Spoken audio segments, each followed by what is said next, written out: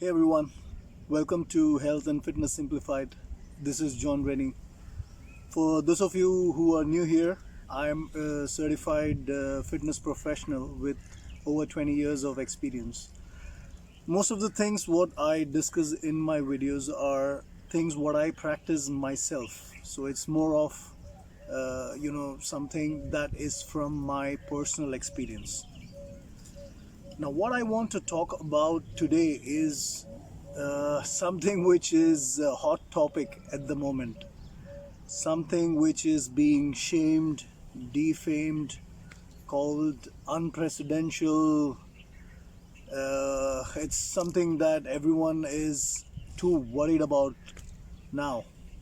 What is this? This is the keto diet, the famous shamed ketogenic diet. The shaming has recently started after one of Indian actresses was, died of a condition which no one really did a proper research on of what exactly has happened, and everyone's blaming it on keto. So is keto really dangerous? Should anyone and everyone do a ketogenic diet? Should they follow it? Should they try practice? What are the pros and cons? Towards the end of this video, I'm sure that you would at least have 80% idea about a ketogenic diet and if you cannot, etc. So please do have an open mind and listen to everything that I would like to talk about. Now, I am talking from my personal experience. I have been doing ketogenic diet on and off for almost 3 years now. So I can give you an idea based on my personal experience.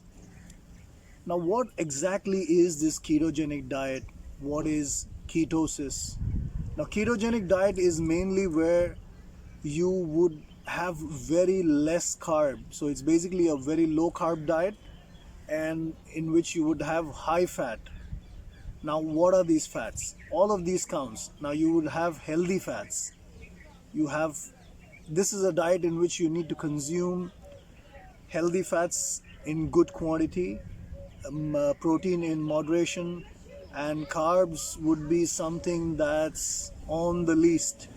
So you have to do a proper math about the carbs. What you would do should be somewhere a max of 50 grams in a day. Shouldn't go beyond that.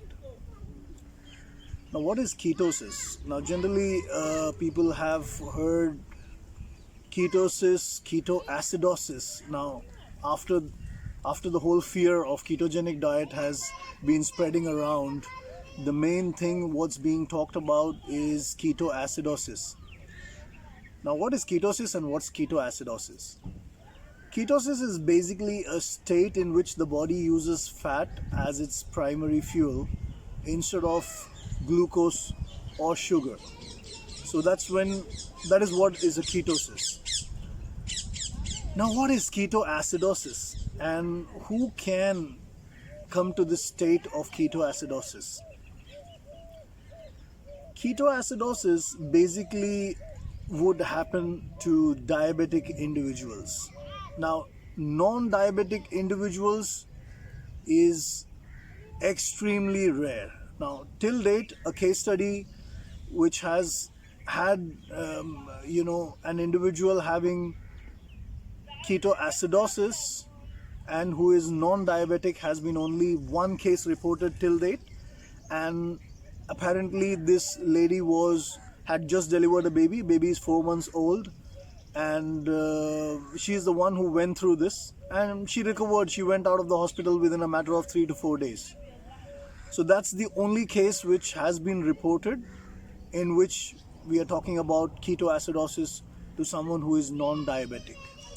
Now, mostly, as I said, this would happen to individuals who are diabetic, a condition in which the body cannot produce enough insulin, and hence it starts breaking down fat at an alarming rate, and these are called ketones. So the ketones basically increase in the body at an alarming rate, and this can even lead to an extreme of death.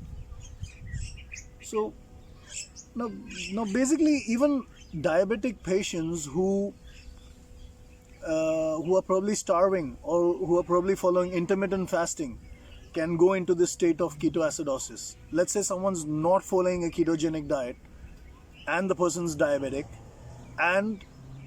but however they are following intermittent fasting, they can also reach ketoacidosis.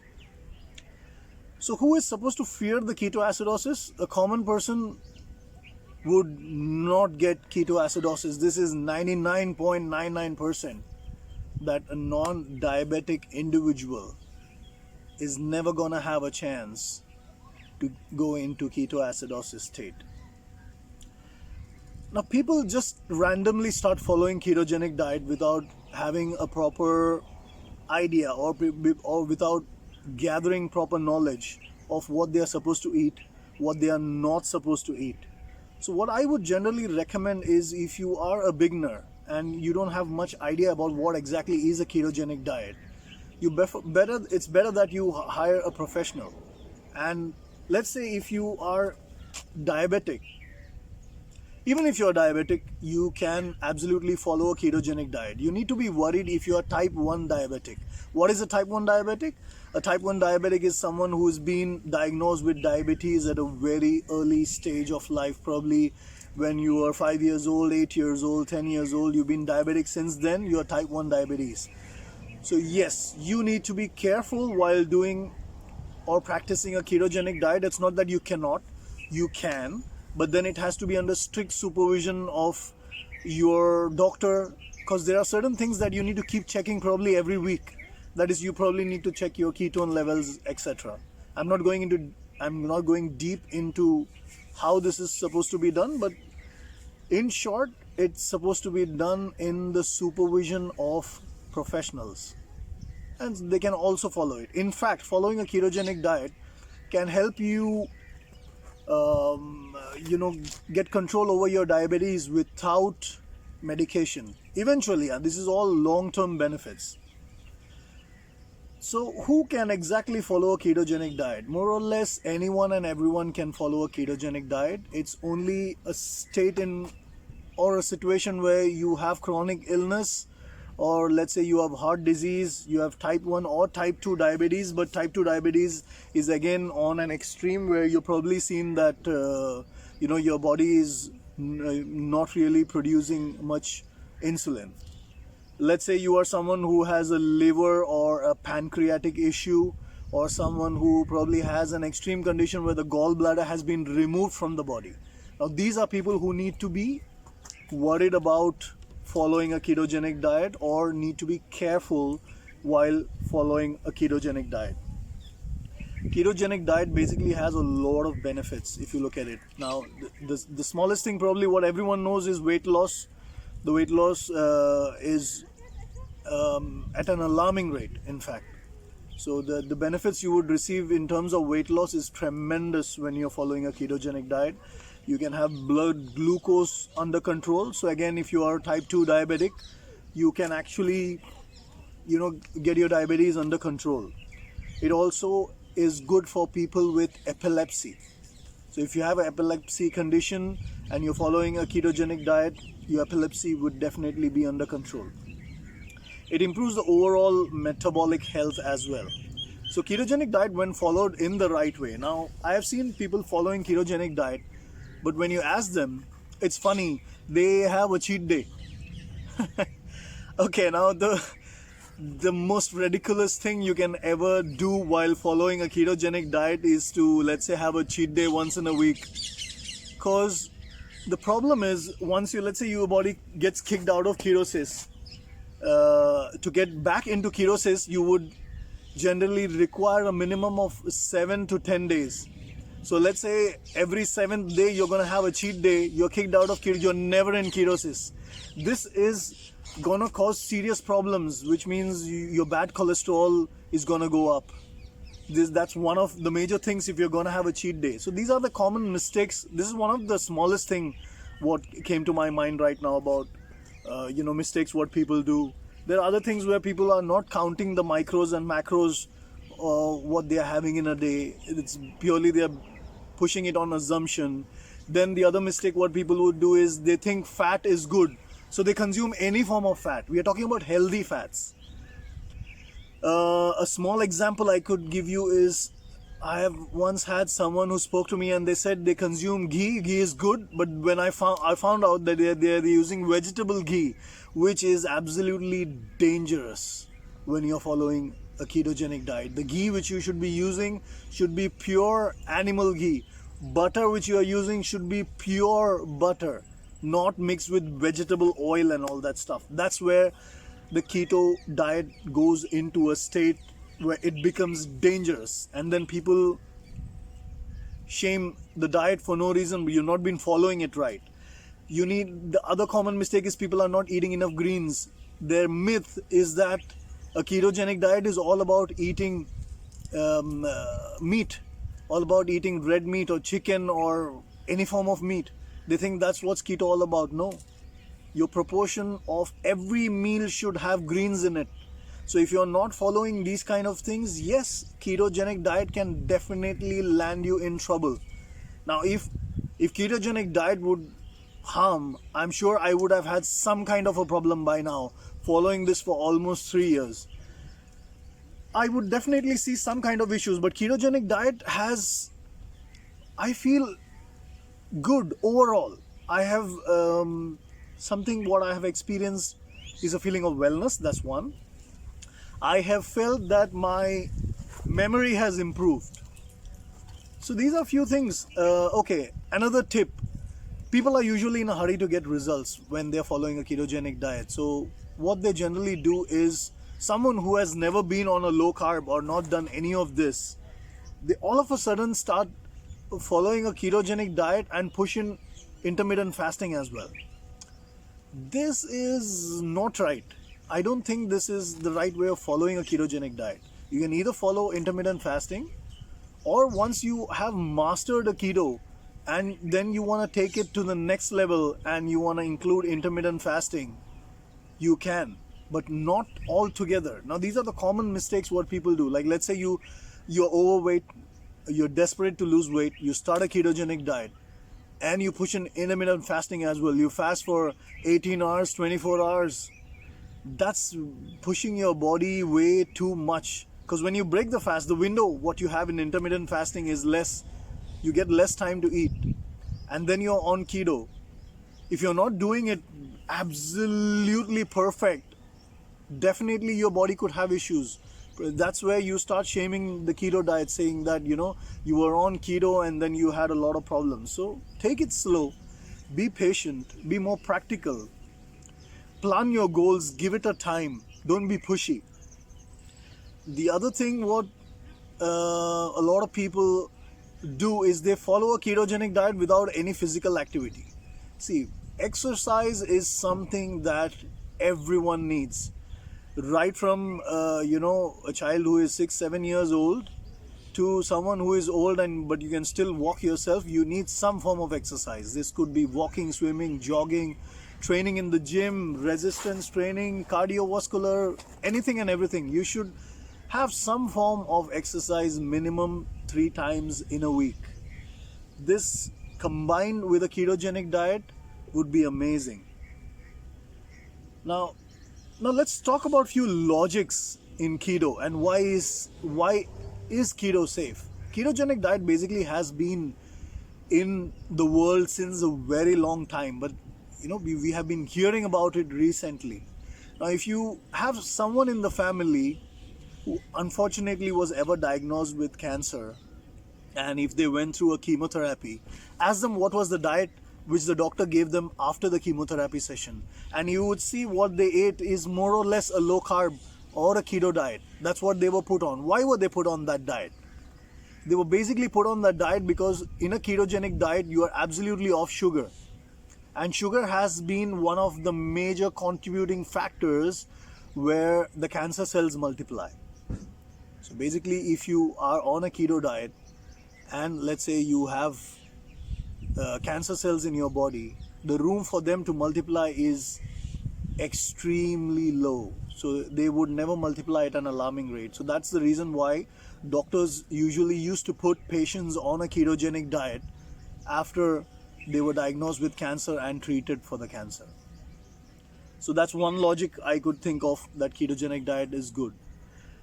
The second, we go back to primitive age where man was a hunter. He was not doing agriculture, where he was not growing rice, he was not growing wheat, he was not farming basically. What was he eating? He was basically a hunter, so he would eat meat and he would eat fruits and nuts, the things which were available around him on the tree, the animals which were around him. And I'm sure they didn't have problems, they had a long lifespan. That's another logic which I could probably look at why ketogenic diet is absolutely safe.